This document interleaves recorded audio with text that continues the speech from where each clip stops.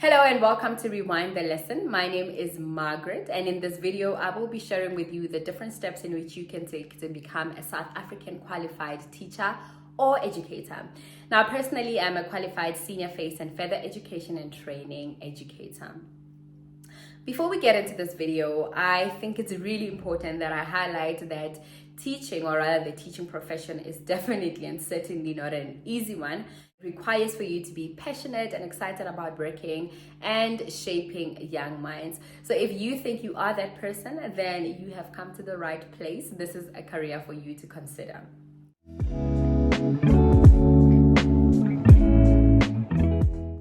Of this video, I will only focus on two routes which will lead you to becoming a South African qualified teacher. However, please note that there are other ways in which you can still become a South African teacher. The only real difference between what I'll be discussing now and maybe the other routes that are out there is that it depends on the NFQ level which you are starting at. It depends if you are starting with a higher certificate, a diploma, a bachelor, honors, masters, and. So basically those are the NFQ levels.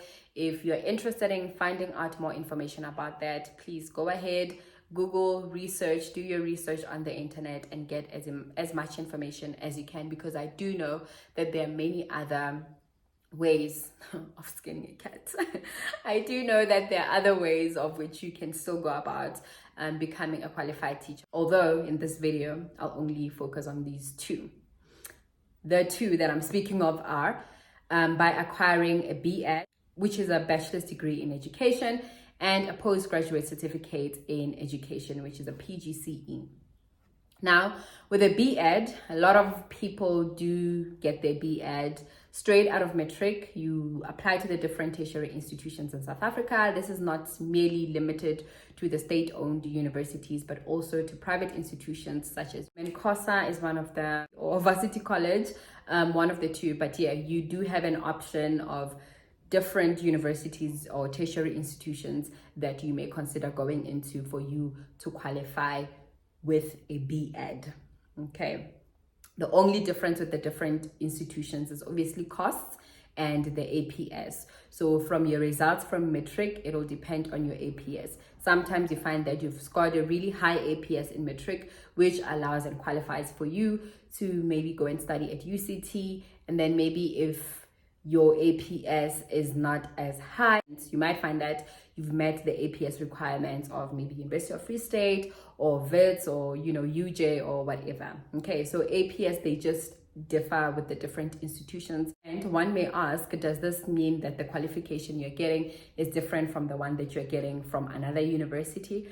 Personally, I wouldn't say it speaks to the weighing of the qualification itself, but more so the experience which you will have of being in that particular institution. So for instance, if you're going with the University of South Africa, which is UNISA, we all know that it's distance learning. You don't necessarily have to attend classes on campus, whereas if you're going to maybe your UCT or your WITS, that might mean you have to be on campus attending lectures and the difference between UCT and WITS may be just, I guess, preference and also just resources that the different institutions have in facilitating their learning.